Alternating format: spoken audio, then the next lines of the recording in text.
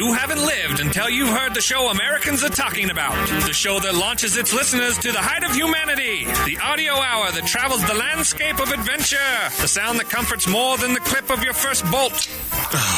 It's the Ogden Outdoor Adventure Show!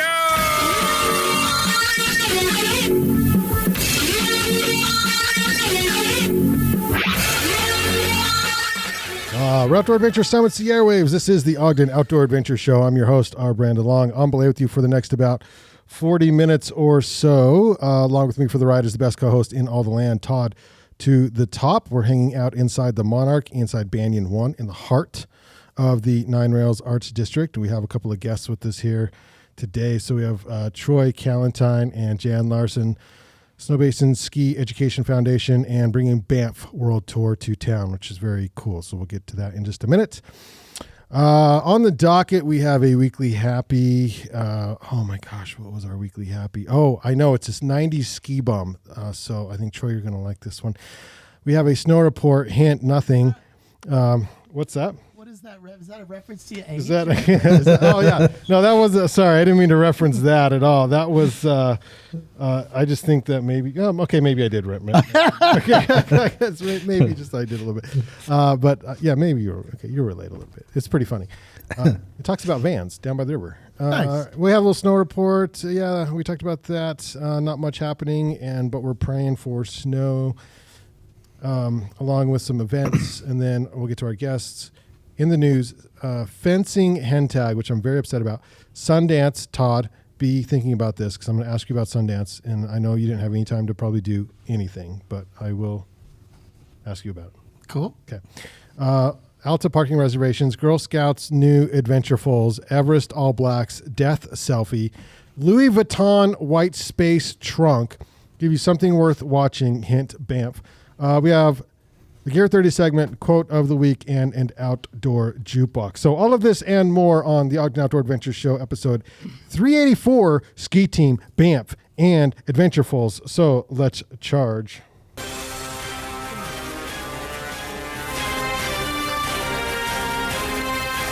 He summits with the agility of a mountain goat, flashes routes faster than UPS, is more intimate in the mountains than Jake Gyllenhaal. He's Todd to the top.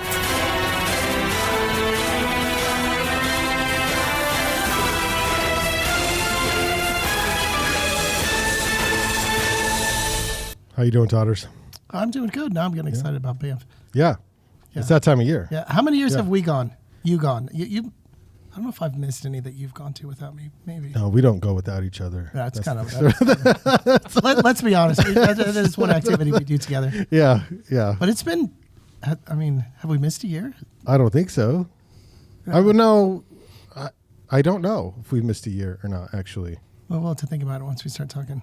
I got to buy tickets for this year still. So, yeah. Jan's like shaking her head. Yeah, like get those tickets. Yeah. All right. So this week's weekly happy. Let me see if I can find the. So 90s were a good time to be a ski bum, right? Oh boy. Okay, yeah. So this guy, it says he was Justin Patnode, and this was on the East Coast, I think in Vermont, and he has some tips on how to be a ski bum, which are probably applicable today. Okay, for anyone that wants to, living in New Jersey or something, want to come being out and be a interviewed. ski bum, what kind of advice would you offer those people? I suggest coming out in a van that you can sleep in. Sometimes it's hard to find housing right away. That's your best bet. If you come in the springtime, you can just stay in your van all winter long, or all spring long in the parking lot. That's probably the first tip right there. Bring a good car. Any scams you want to reveal? I will never admit I've clipped a ticket. But that's one good scam. People leaving the mountain, borrow their ticket. It's not any more people on the mountain. It's probably somebody a lot rowdier. Okay, what about food, happy hours and stuff? Happy hours, Holiday Inn, 4:30. The Days Inn at 3:30. Let's see. He knows all the happy Josh's hours. serves, what do they serve? Tacos and stuff, finger food at like 4:30 or something like that. You got to know where the free food's to get at. free food all day long.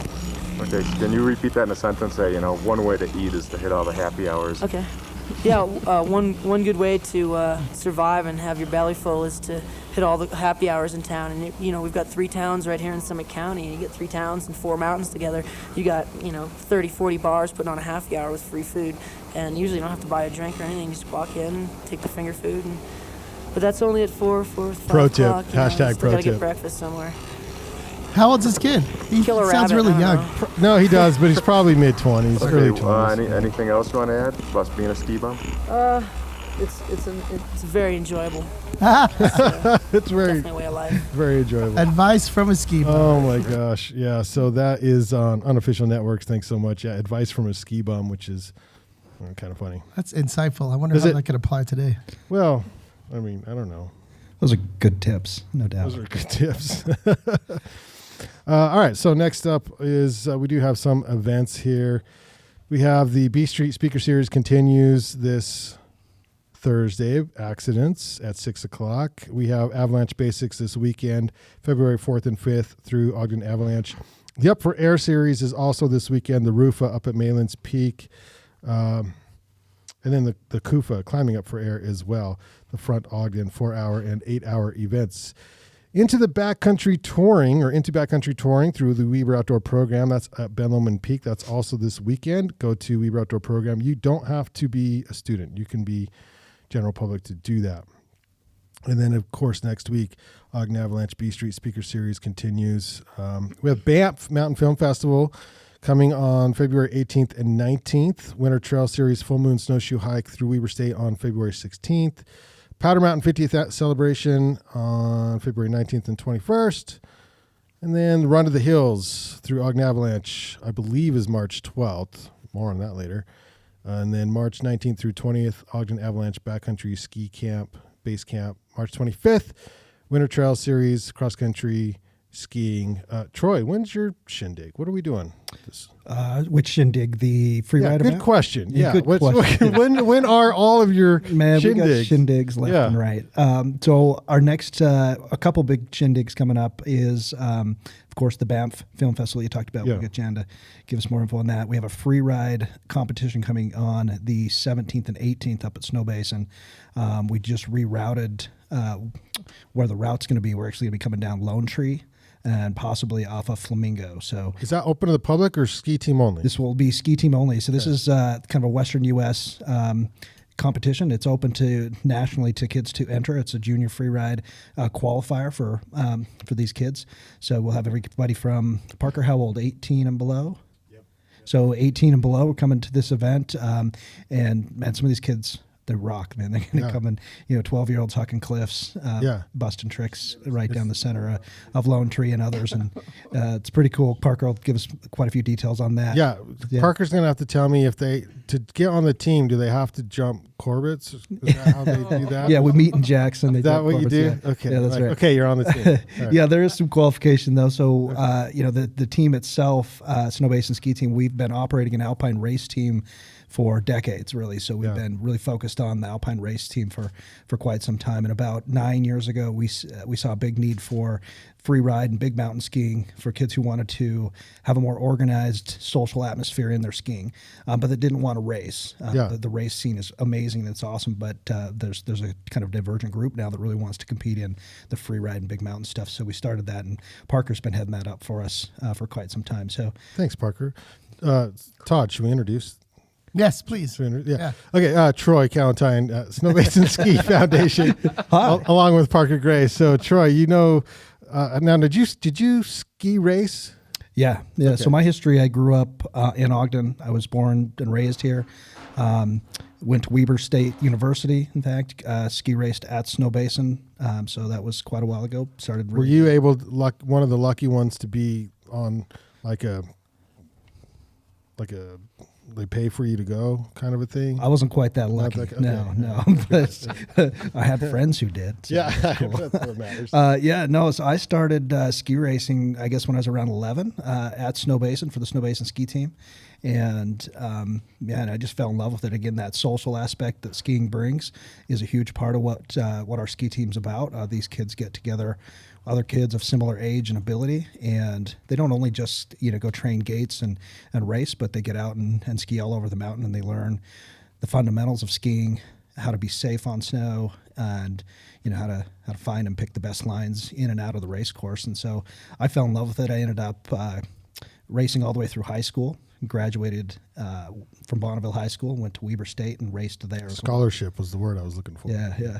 So my best scholarship really was probably the Weber State ski team. When I went to Weber State, I was a ski bum, basically in the 90s. So not quite the Vermont style. I didn't hit all the open hour happy hours, but I was on the Weber State ski team, and it was amazing. We had probably 8 or 10 kind of athletes that raced Alpine, and our club was funded really well. Actually, we had a pretty broad membership for the club, so they would, we had most of our out-of-town races paid for and stuff, and that was pretty rad. But that's nice. As close to a true ski bum as I had. I'd take a 7 o'clock class at Weber, and then night classes, and then during the day I was studying up at Snowbasin. So that sounds pretty good.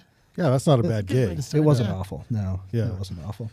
So then, what's the structure of the ski team now, and how's the ski team doing this year? Amazing, yeah. So the structure, I guess I can tell you a little bit about. We collaborate with the Snowbasin Ski Resort through what's called the Alpine Development Program. We started it within our team, and then cooperated with the resort to get enough instructors and have the assets in place to help to run that piece. So we have about 150 kids in the Alpine Development Program. That's really like the 12-year-old and younger group. And their mission and goal is, again, to teach those fundamentals, get the kids skiing in and everywhere on the mountain with proficiency. So they can ski black diamonds, blues, and then we have a set of criteria that we gauge them on based on what skills have they acquired.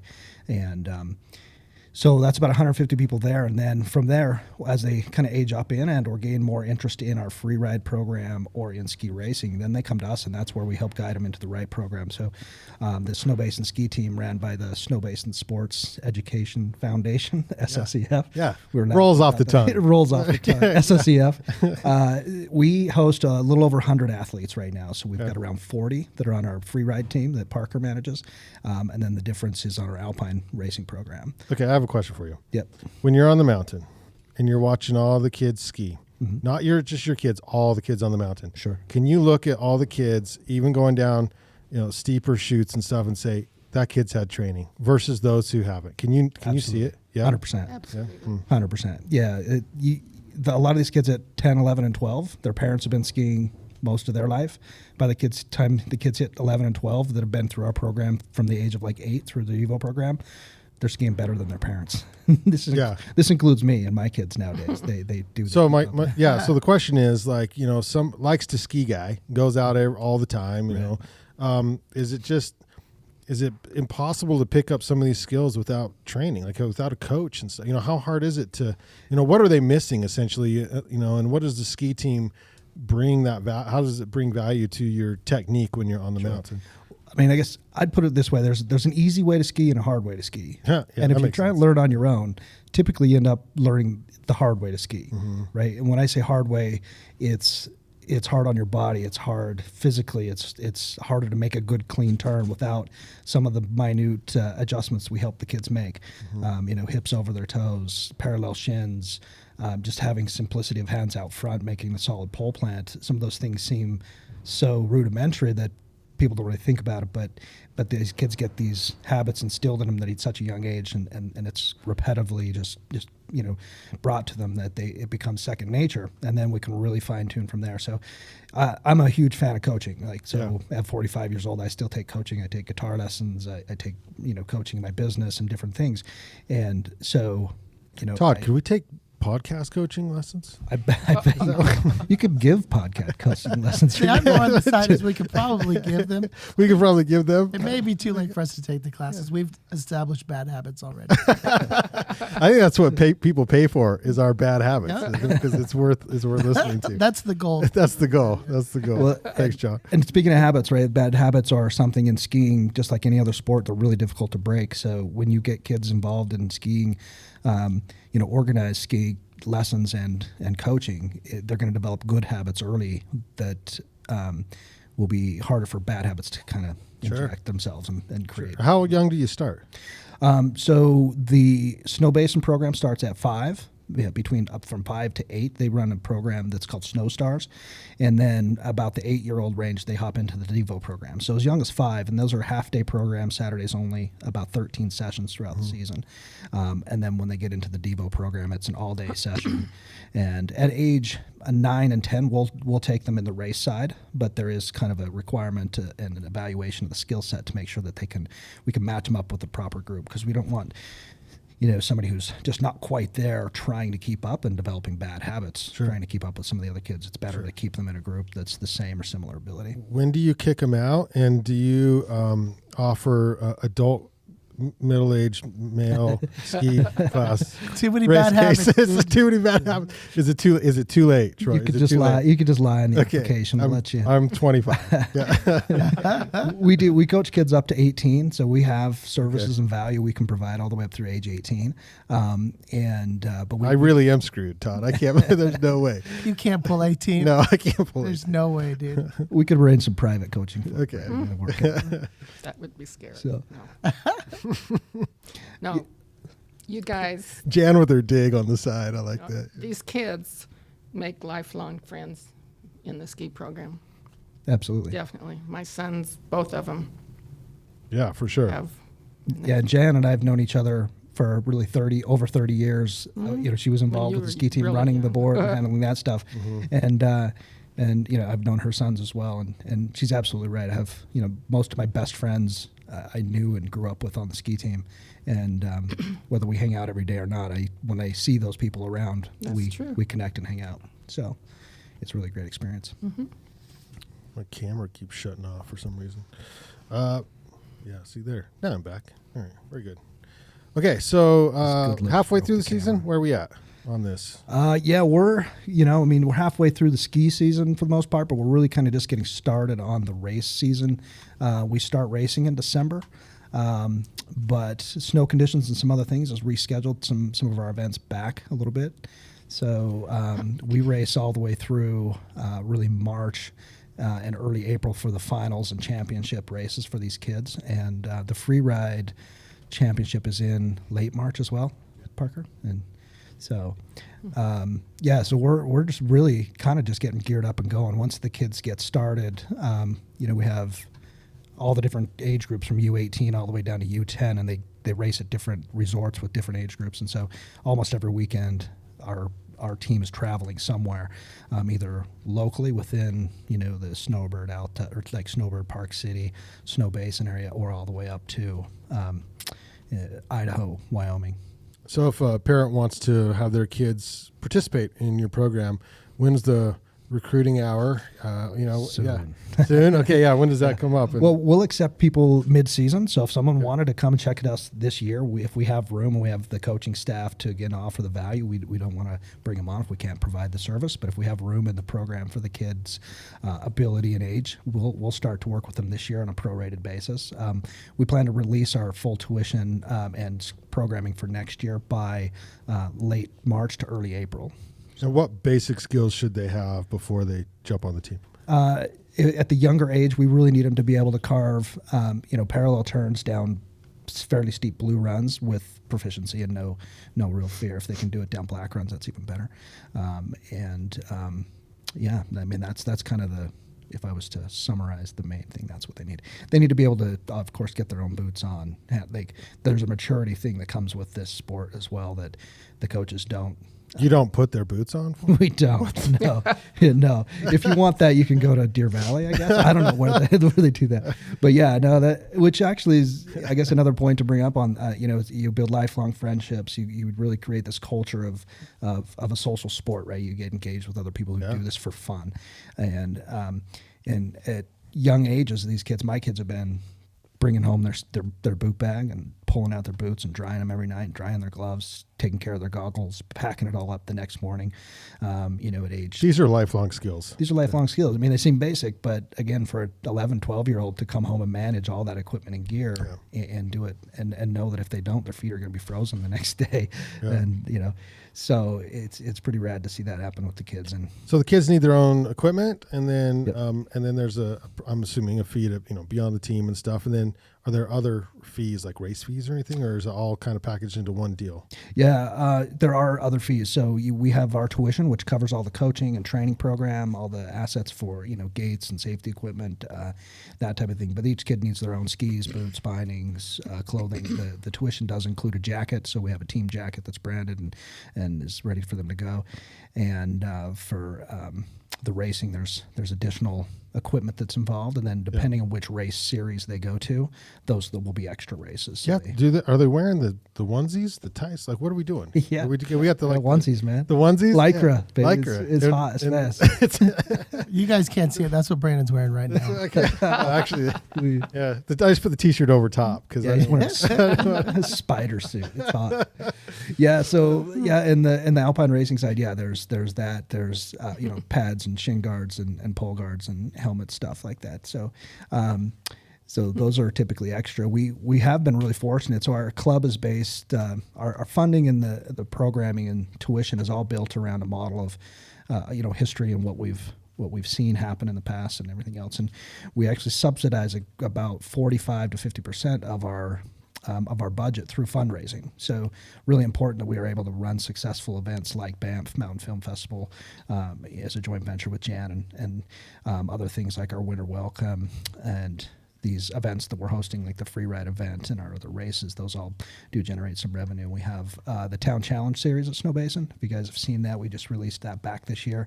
Used to be a big deal. People would come dressed up, ready to party. It used to be, yeah. It's going to be again. Bring it back. Yeah. We brought it back. So our last one was awesome. We had about 80 people enter the race. There was people in tutus, people just in regular clothes, people in race gear, people on big powder skis, people on race skis. And the scoring system is really cool because you don't have to be fast to win. The 21st place can get the same amount of points the first place person gets. So it's teams of 4 to 6, and so the fundraising piece is really important for us, and that Town Challenge event's one of many things that we're doing. Well, we're going to auction off, for instance, Middle Bowl's chair on March 26th. You'll see some social media out there for that hopefully soon. Yeah, how do you like the new one, by the way? Yeah, it's cool. It was busted yesterday, but other than that, it wasn't busted. It was down. Brand new? I know. It was just down all morning is all. So, but it's good. So I guess I mentioned all that because we have been fortunate enough with some of our other committee members and our board and connections to create a scholarship fund. So we do have a scholarship application process. Oh, I love it. We've got 2 kids on the team this year that have engaged in the scholarship program. So, it's an expensive sport to get into, and we don't. It's an expensive sport if you're not racing to get into, So, it is just to go on a Saturday it's tough, right? So so we're trying to find better ways to reach a broader base of people that can engage in the sport, and so there's some scholarship opportunities available as well. Okay, this is probably not a question you want to answer. What's the best race ski? Atomic. You're sponsored. Well, just look at what Michaela Schifrin's skiing on. It depends, I would say, but Atomic is one. They're a great supporter. They're also based locally here, but they really do. They make, especially for juniors, they make just a really broad range of skis that are great for all of our athletes, including the FIS levels, which is the higher level, the U18 group, the 18-year-old kid, all the way down to the younger kids. So. They specialize in everything, the bent Chetler as well as, I hear he's popular. Hey, who is it? Who? What's his name What? again? Okay, binding? Same. Sponsored. Rock the Atomic, it's good. Hashtag Well, you were just speaking of fundraiser a second ago. Obviously, that's a pro transition to speaking about the Banff Mountain. What's the full name? I always call it the Banff. Yeah, did they change it this year, Jan? Banff Center Mountain Film Festival World Tour. World Tour, yes. This is the World Tour. Yes. And for those that may not know, the World Tour means it's sort of a selection of a festival that took place earlier in the year where you can see everything, right? Correct. Okay. Which we haven't been to yet, and I'd love to. You've been how many years now? Oh, this is the 21st year we've done this, but I haven't been up there 21 years. I started going up every year since 2010. I'm so jealous. My folks have been up to Banff a few times. I would love to go. I have never been. I was there as a child. There's pictures of me petting sheep. Sheep. And that's what you remember. That's all I remember. Yeah, and I don't remember it all, actually. I'd like to see those photos. Let's get that. I would too. Let's put those on the gram or send me a text. Will you? Oh, Gad. Yeah, I got to find those. I don't know what happened to those. Okay, so the World Tour, essentially, shortened version, is Yes. You brought it to town here, I did. and it is a fundraiser. It's a fundraiser. Snowbasin ski team. Ski Education Well, Foundation. it's Ski team. for the foundation also, but they Okay. sponsor the ski team, and Got it. Okay. that's where all the funds go from the Banff Film Festival that we put on at the Egyptian Theater. So you have an arduous task, at least you had in the past, to go watch you had to watch all the films, which I feel very sorry for you. And then you had to pick some, and now they help you, from what I understand, but then you choose what Ogden got to see. Is that sort of how it worked? Well, we do. We go, I take a friend with me so that we're kind of talk about. And you have to take a friend. I That's do. terrible. How do you get on that friend list? You know how long my friend list is? It's so long. I'm sure it is so long. Oh, shoot. You notice I Anyway. mentioned Brian and I have been friends for like 30 years. So just say I'm on the list. But I'm Have you, pretty Troy, have you been? low. I have not been. You have not been. Okay, well, that does not give me hope. But anyway, I go up there, and it's in November, 1st of November, and they have different directors and real people doing the program. No fake people. No fake people. They do the shows, and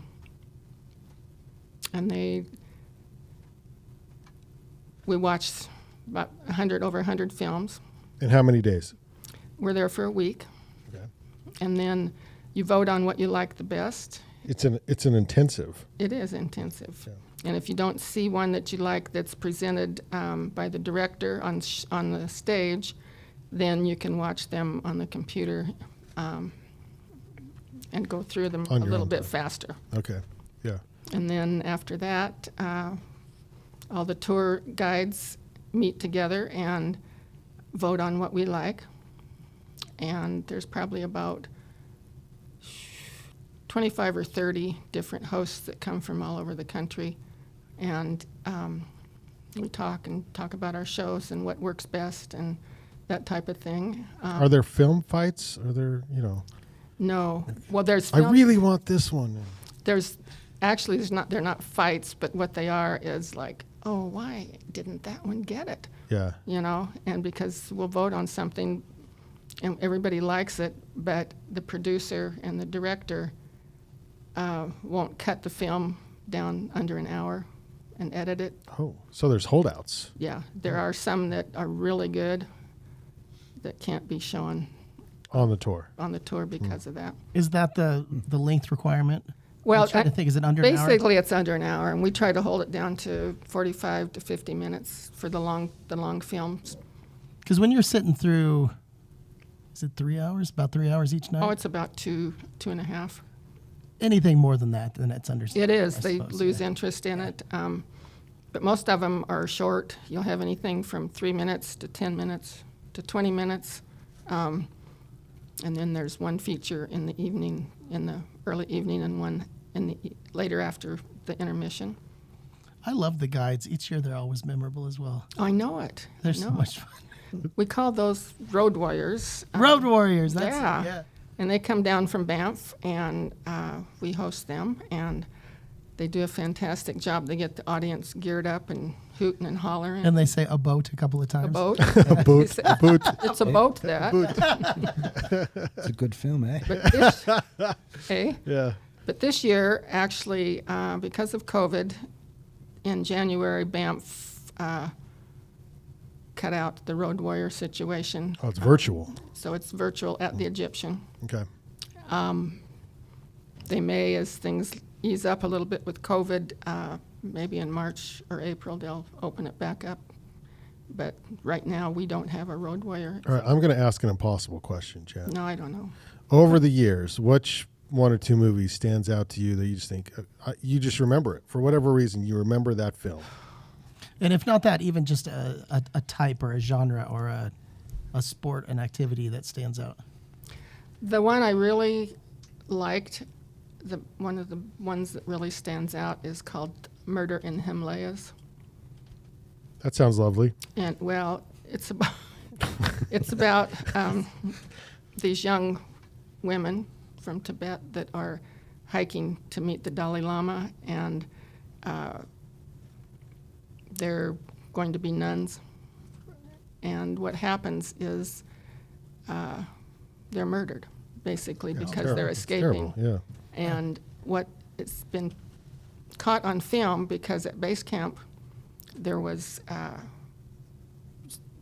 base camp was full, and they saw this happening, and they got out and they started filming some of this. How old's this film? It's pretty old, but it sure stuck in my Because I don't remember it. Yo, I'll look that up. But some of them do pack an emotional punch. They do. Mm-hmm. There's always something that just makes me just laugh until I'm just crying. Well, there's one that's awesome, and it's fly fishing ballet, and it's got all these, older gentlemen. I mean, older than all of us, gray hair, beards, and this stuff, and they're all out fly fishing, and they're synchronized fly fishing. oh my God, I love To it. this great music. Yeah. It's awesome. Is that this year? No, that's probably 10 years ago. Okay, I'm looking up. I'm going to look up both of those, actually. Do. I But like this the year's idea of film's synchronized. secrets. This year's films are secrets. They Oh, have, for real? Right this year we have two packages. One is the maple package, and That's right. one is the spruce package. Yeah. And these films are pre-picked, pre-chosen by the Banff people that vote on all the films, and have bundled them together. So I personally and Barbara McConville has not been able to sit and choose the films that we wanted this year. Okay, are you upset about that? Well, it's more fun to be able to pick what you like. Yeah. But And I've go to watched Banff. all of them. I have watched all of them. Is that just because of COVID? Yeah, Okay. that's exactly. So you'll be right. back next year? Uh-huh. Okay. But right now, Barbara and I have watched both the spruce and the maple films, all of them, and they're all fantastic. One thing I do appreciate about the Road Warriors are the little introductions. And so they're still going to record. That will be. That's the virtual part. They'll do that. There'll be somebody on, like they're not on the stage, but they'll be on the screen. Like a stream or something. Yeah, like that. and Okay. it'll be just great. That sounds perfect. So can I go like this with Banff? Can you get that on here? Yeah, of course. Yeah, put it towards that camera right over there. Yeah, so Deuter, there's lots of giveaways Deuter's and my favorite. swag. Yeah. Yeah, which is very cool. The Banff Mountain That's Center. a great swag. It is. I bought it. I bought it. It wasn't given to me. Anyway. Okay, so tickets are how much and what's the Okay, dates? February 18th and 19th at Perry's Egyptian Theater, and the tickets are $20 each night or $35 for both nights. Reserve seating. Just and buy 2 nights. Just buy 2 nights. Yeah. It's great. And there's new chairs, Oh my gosh, there are new chairs. like brand new chairs. I'm kind of upset about that. I haven't been in there to sit. I haven't either, but I I've don't seen know. I have seen Instagram. They posted. They yanked out the old ones. Yeah. They repainted it. Like they've done some work in there, and they put in brand new chairs. I was That's very really happy nice. with the uncomfortable old chairs. Yeah, well, I think they were selling those. If you want one, you could probably. I still told score my one. wife, I said, why didn't we? I didn't know about this. I wanted to buy some. And she's like, you're an idiot because you can't, they're slanted. Like you have, Yeah. you You'd have to have the find right a room that matches up. Yeah, or you got to canter them with shims and stuff like that. So yeah, it's an ordeal. But I was bummed they traded those out. I tell you what, I appreciate that, but I will appreciate the more comfortable. Yes. You can go to Perry's Egyptian Theater, and it's online. It's Ogden. What is it? Something. Something, Ogden.com. If you search Piers Egyptian, you'll find it. It's Pet. Ogden Pet. Ogden Pet? P-E-T. You could also go to snowbasinskiteam.org and That's hit what, events. Troy, that's why you're here. I And tell under you what. events, there's a link to the Banff. There is a Okay. link on there, and it's a great one. Yeah. How much fun are we going to have this year, Jen? How much what? Fun. A blast. We're going to have a great time. Yeah. So things are just a little bit different because of COVID, but are you still having giveaways? Oh, yes. Prize draws. Yeah. Have we won ever? No, we go every year and we've never won a damn This thing. I think Yeah. this is the year. This is. I the think year. it will be, too. Yeah, I feel it. I feel that. Edit it this don't- part out, but let's rig it so that Brandon and Todd win. Listen, I'm just saying if it comes up, yeah. But to tell you the truth, regardless, like what you give away is. It's the excitement of maybe winning. That's fun. Yeah, Everybody those has a packs good are time. awesome too. Like We you- do. We have a So good because it's a mix between the local and then what the major thing. sponsors of Banff give to you. And guys. because Yeah. it's of COVID, they haven't sent a lot down. No, but I did But it's appreciate still the fun. fact that they used to give us Kicking Horse coffee. We order it. You My husband and I order it Yeah. because, yeah. yeah, Okay. Love it. Yeah. All right. Well, thanks. If you Jan. haven't made it into a yearly habit of going, there's no reason why you shouldn't. Like, we look forward to it every single year. Yeah. Every single year. 21 years. Yahoo. Really is fun. And it's not like I'm an absolute aficionado of every single subject and every single film, but I love them all. Well, the Every single one of photography, those. the photography Oh, is out of sight. And they're so inspiring. And by the time Tell you're done stories. with, you want to go on a trip or you want to Google beautiful pictures or whatever it takes to just sort of live like My favorite are the ones for some reason where they endure the cold. So they're crossing the Arctic for some stupid reason, and then they're cold and they're bitching about it, but they're funny. They're fun when they have a sense of do. humor. Or I think maybe that's the longer ones where they're crossing the ocean by themselves, but they're like cracking jokes the whole time, and you're like, these guys are nuts. And it's usually the Englishmen or It whatever, is, and they're from like, what England, are these yeah. guys doing? Or they're crossing the desert, those. Or it's one guy that's doing all of the camera work, all the filming, all the whole recording, work. Oh, the whole the thing. expedition The whole thing, yeah. himself. And so he's setting all that up. And so he's completely insane. And so I just feel fortunate to be able to see some of these. And then they bitch about it. They're like, yeah, I had to make this trip twice because I had to go back and get my camera. Dude, what are you doing? It's pretty They're wild. doing it for us, Brandon. I know. That's I know. right. All right, so Banff is coming up. Thanks, Jan, so much. Thank you. Appreciate it. Thanks. Parker. Parker, what is going on? You want to swap places with one of these two, and we'll chat real quick about the what do you do, Parker? About what you do. I'm not even sure exactly. Thanks, Jan. Can I give a quick intro? Yeah. So Parker's one of these kids that grew up on the ski team. Kids, I like that. He's a young kid. He's so Look cute. at him. Look go. at him. But he grew up on the ski team, learned how to race, do that whole thing, and again fell in love with some of the aspects that I think the team brought to him. I don't want to speak entirely for him, but had a passion for skiing to the point that he wanted to coach, get back involved, and share that passion with some of the younger kids. And so he's been our freeride director for how long now? This is my 9th season. Oh, wow. That's a long time. On the freeride team, yeah. Parker, do you, when you're at the top of the hill, do you wait for someone to come up next to you just like you're at a stoplight and then just kick their ass on the way down? Like, do you sometimes do that? Sometimes. Usually I'm the one that sits there and looks at him and watches him. You gonna hit that first, or You watch am them I gonna jump in front of you? All right. Well, how's the freeride changed in the 9 years you've been doing this? It's been crazy. We've seen significant growth. To Troy's point, I joined the freeride team 9 seasons ago. We had 4 athletes when we started. Yeah. Now we're close to 40. Just crazy Cool. growth. Yeah. We have events popping It's a cool up. thing to do. Yeah. And I call it soul skiing. You just get to go up, pick your line, have fun, be creative. Feeds the So how do soul. you coach it, though? How do you coach that?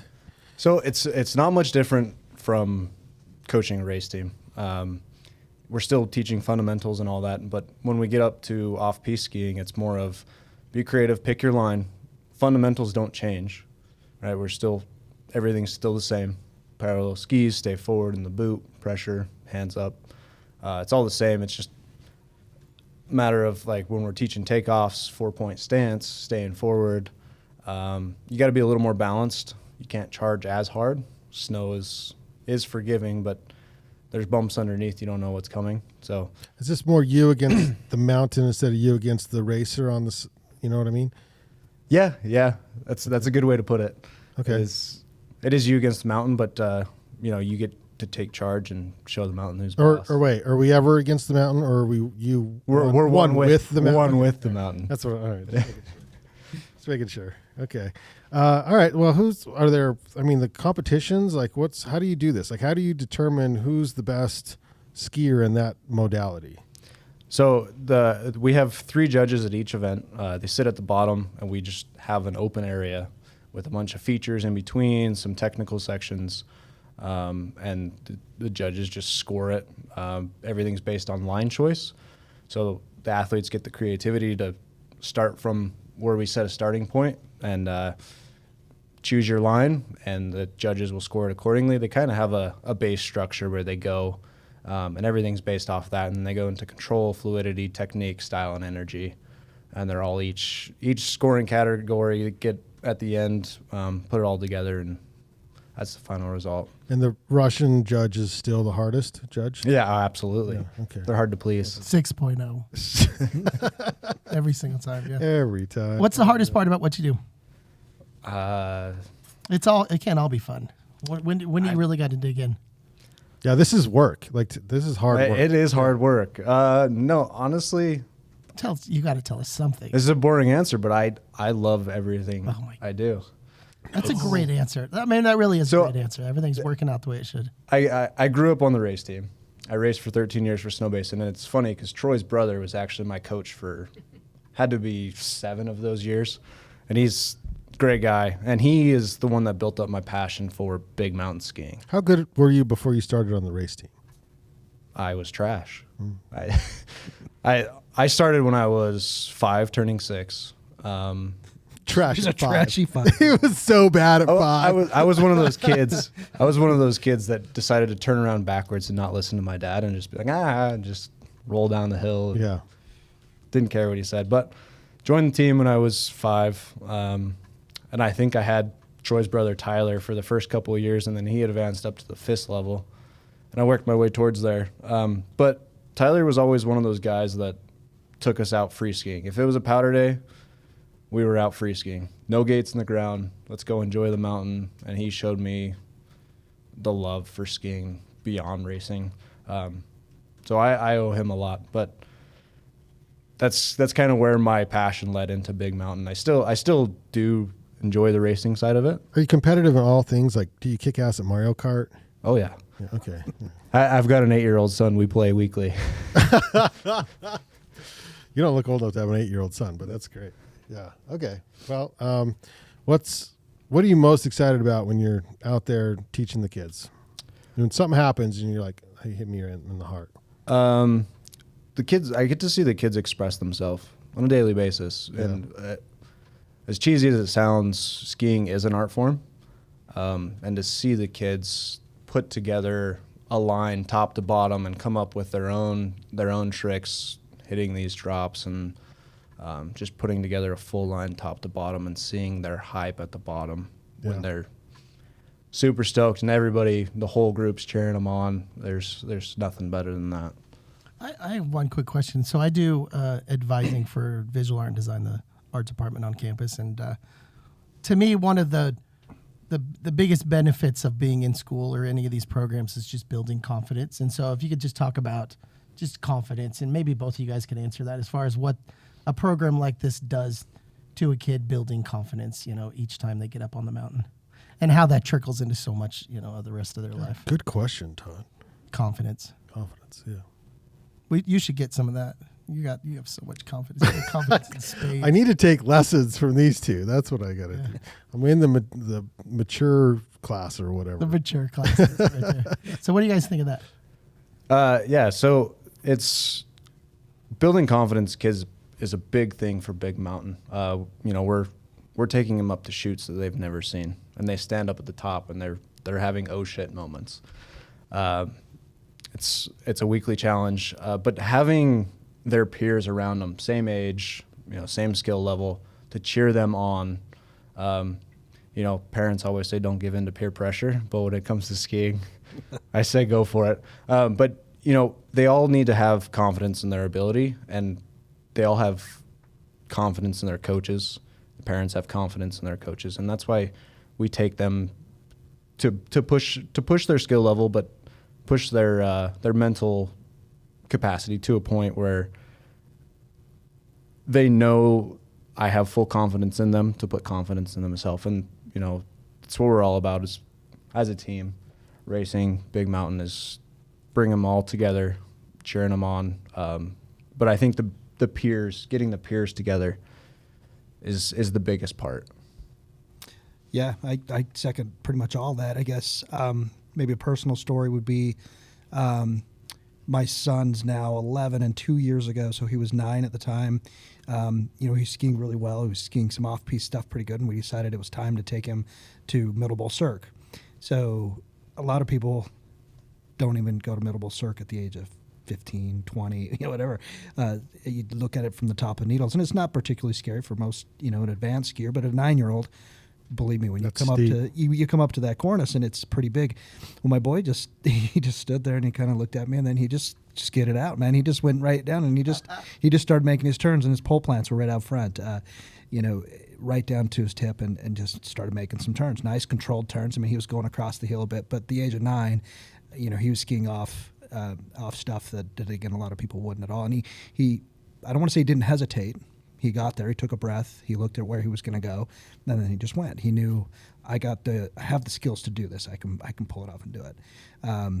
Maybe the difference between say Big Mountain or the free ride and the Alpine piece in that confidence is the scenario of an Alpine race is just a little bit different day to day. I don't think it's probably much different in the start gate, but when you're an Alpine race and you get to the top, there's usually say 100 kids in your competition for the day. So there's all the different teams, Snowbird and Park City and Romark and Jackson Hole, whoever's all there. And so you're lined up with, all these kids and there's 100 of them and you're with your coach and they're helping you through. But at some point they kind of have to let you go into the start zone. So you come into this section where the officials are at and the starter and the start ref. And then it's just you standing there with the start gate in front of you and the course, and that's it, right? So you're kind of alone, really. You are like there's people around you, and there's people cheering your name, but you don't hear any of it. Can you hear? Yeah, I was gonna say, can you hear it? You don't hear it. If you hear it, you're not doing it right. Yeah. Right? If you hear it, you're not focused enough. And at the young age, they hear it, and they get excited. So, but they get focused enough that really it all kind of becomes blurry, and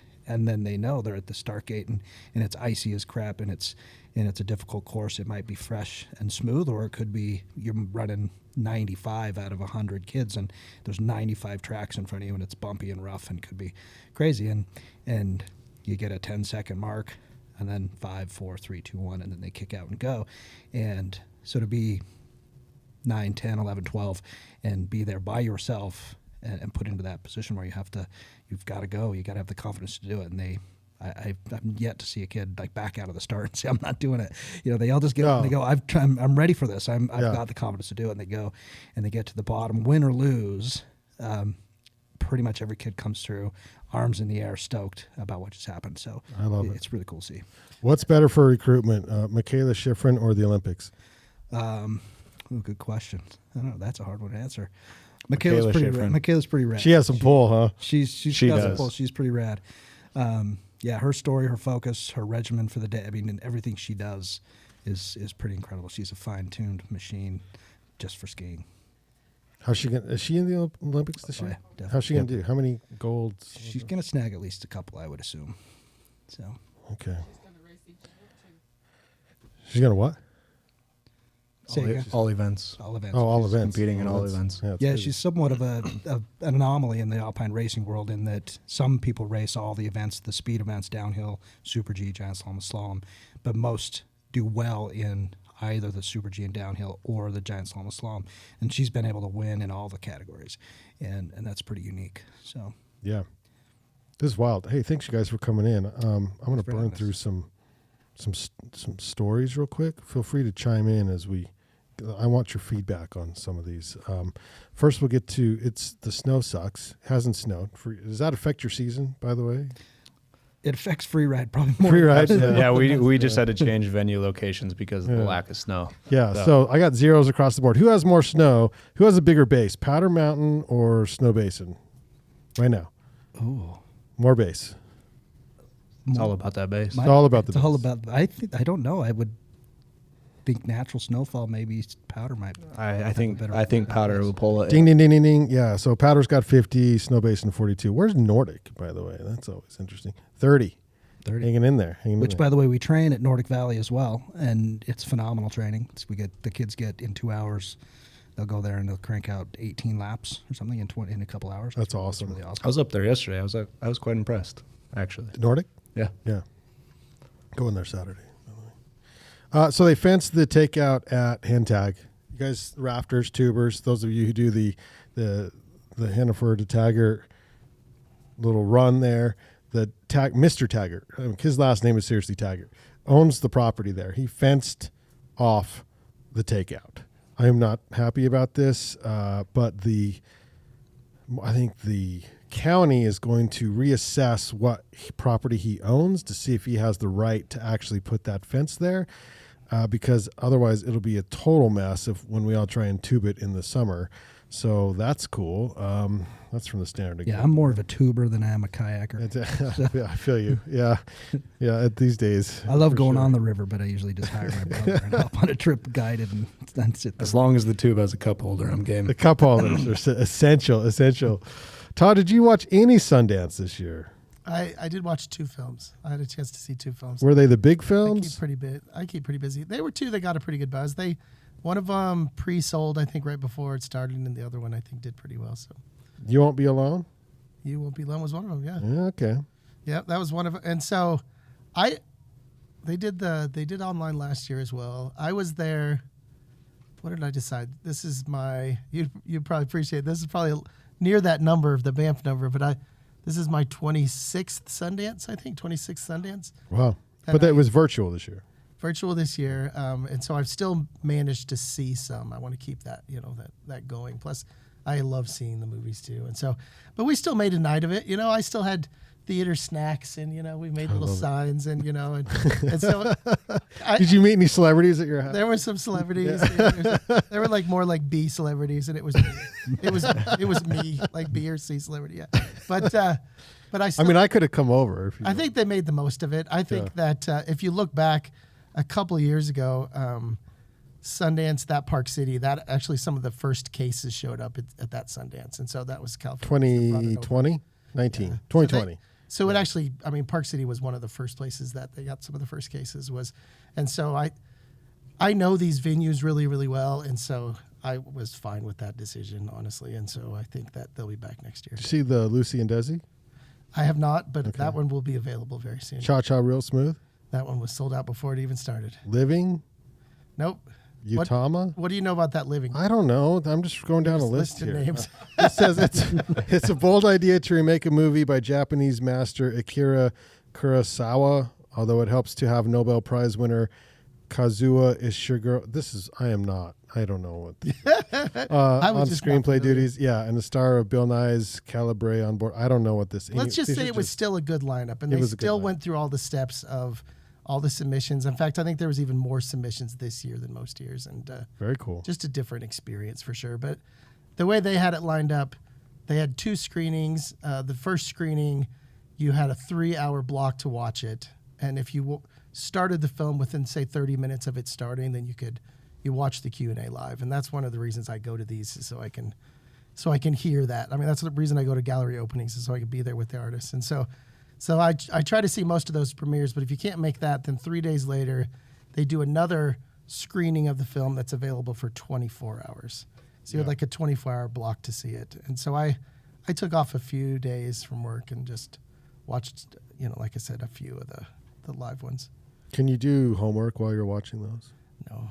Okay. No, in fact, the first one you mentioned is subtitled, so that makes it even harder. So. Oh yeah, you gotta. So I was watching I don't remember what film I was watching, but it was a Marvel film, and there were some subtitles in a certain section, and I was reading them to my son, and he's like, "Dad, how do you know what they're saying? They're speaking Russian." I'm reading the subtitles.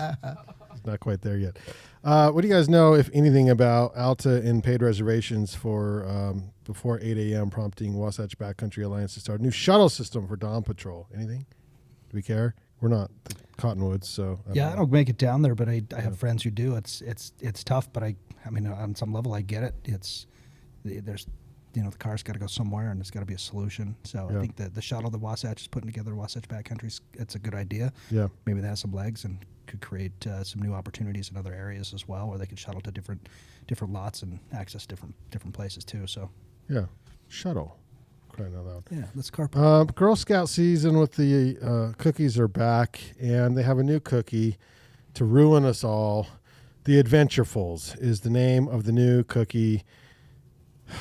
We're probably all doomed. So yeah, I don't even know what that would be. What's Adventureful? Brownie-inspired enjoyment, equal parts crumble and crisp, whose sea salt caramel finish aims to invoke excitement. Oh. Man. Yeah. Get the Adventureful. Oh, what's a box of Girl Scout cookies up to? It doesn't matter. Doesn't matter. Well, I'll buy all the Thin Mints. I don't care. There is something to be said for that. I guess they could keep increasing the prices of those. Okay. The first all-black Everest expedition, Full Circle is their name, prepares. Oh, geez, there goes my camera. I don't know. I'm going to have to fix that. I'll go to camera B. I have a B camera. It's not as nice, actually. Of the over 4,000 people who have stood on the summit of Mount Everest, only 10 have been black. The Full Circle expedition would double that number this spring. Phil Henderson is a veteran high-altitude mountaineer who's climbed peaks and trained summit support workers from the Himalayas to, you say Himalaya, I say Himalaya? Himalaya? Himalaya. To Denali. But his self-proclaimed biggest career highlight came after a presentation to grade schoolers in Atlanta, Georgia. Henderson started his outdoor career as a Knowles instructor in the mid-'90s. It's fair to say he worked on a certain bleeding edge. Black outdoor professionals were decidedly uncommon in Wyoming at the time. His path eventually led him to Kenya and Tanzania and Nepal, where he worked with guides and porters on big mountains. And so he's guiding up. Dude just looks cool. He's like, is this black guy? He's kind of like half bald and then dreads and then like a white beard, like just a badass, wearing his big old North Face poofy. So yeah, going up Everest. Wish him all the luck. Wish everyone on Everest. That's a great story. Luck. Yeah. Very cool. So, plus he's got his sunglasses on. He's looking cool. Very good. All right. So in worse news or bad news, let's see if my actual camera A. All right. Much better. See how much nicer that one is, Jan? Jeez. That's what it's all about. A hiker fell 700 feet to his death while, any guesses? That was taking a selfie. I don't want to spoil it. Taking a selfie. Yep. Yeah. 21-year-old kid to 700 feet to his death in the Superstition Mountains east of Phoenix. Jacobson was reported camping with friends at the top of Flatiron Peak. Reports suggest that Jacobson was attempting to take a selfie with his back to the cliff, and he lost his footing and plummeted to his death. Be careful out there, folks. It's a dangerous world, and that is absolutely a horrible story. That is a bummer. Shaun White collaborates with Louis Vuitton for a snowboard trunk. So if you want the ultimate creme de la creme, so when you tour, all right, and do you guys have snowboarders on? You don't do snowboard racing. It's all skis. It's all skis for us, yeah. All right, well, nothing against snowboarding. You could buy this still, I guess, and throw your skis in there. I don't know why you would, but Shaun White's, it says fledgling, okay? I don't know anything about the company, but kind of makes me laugh. Fledgling snowboarding company White Space. I hadn't heard of it, so I'll accept fledgling. Is already collaborating with one of the biggest names in the fashion industry, Louis Vuitton. When Shaun was hatching plans to build his own brand, he reached out, because he was sponsored by Burton forever, reached out to the recently deceased LV, Louis Vuitton, artistic director Virgil Abloh. He just barely died. Shaun shared a touching story about the collaboration and will be rocking the luggage in Beijing as an homage to Virgil. It is a Louis Vuitton snowboard bag. How much one of those cost, do you think? I don't. I absolutely want a price for that. Yeah. Yeah. I doesn't don't say. see Louis Vuitton at the outdoor retailer. Weird. We missed him. Yeah. Greg just got back and he didn't tell me Louis Vuitton was there. Yeah. Well, somewhere on the packaging it says, don't get wet, or it says. Oh, geez. Yeah. Well, there's that. All right. So something worth watching. Banff. Get your tickets to Banff. Go hang out at Banff. For the Garrett 30 segment, we have Scarpa. Okay. So it's a late order. Supply chain is a thing. It's an issue. But we did get Scarpa climbing shoes, if you're into that, if you need them for the gym inside. We have the men's Origin, women's Reflex, and men's Reflex. Also, we got more Gia Alpine Touring ski boots from Scarpa, and then the boot that everyone's raving about, and it's pretty much the boot of the shop. All the kids in the shop want this boot. It's the men's F1 Alpine Touring ski boot. Retails at $6.99. We got a fresh load in. Also, the women's F1 and the men's Maestrale RS. So, that's an $800 boot. If you're looking for a ski touring boot, I know it is February 1, essentially, but Scarpa's in. Come down to the shop. Is the Louis Vuitton Scarpa collab in yet? That is where I ordered it, and it didn't show. I don't know what the deal is. It's not here yet. Call me when you get that, all right? jeez. Maybe we get one ski team branded Louis Vuitton with the ski team brand on it. Oh yeah, Yes. yeah. What are you waiting for? We should That's do perfect. I'm kind of embarrassed that you don't already.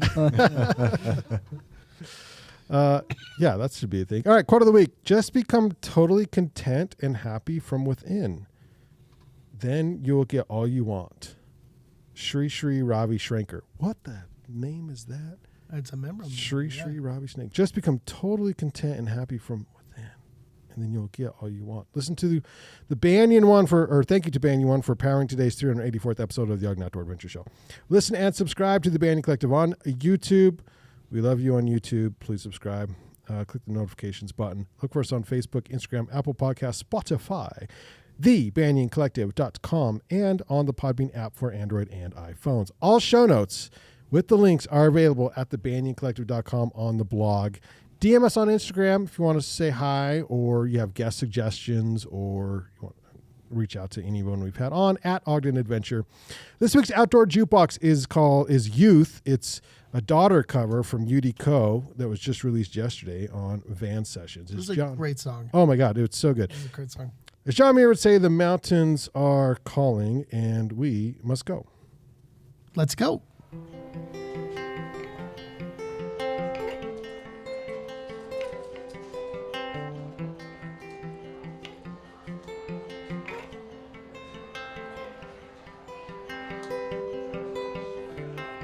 Shadows settle on the place that you left.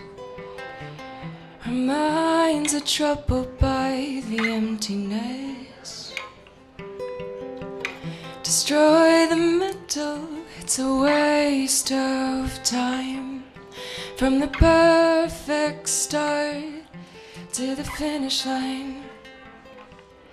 And if you're still breathing, you're the lucky ones.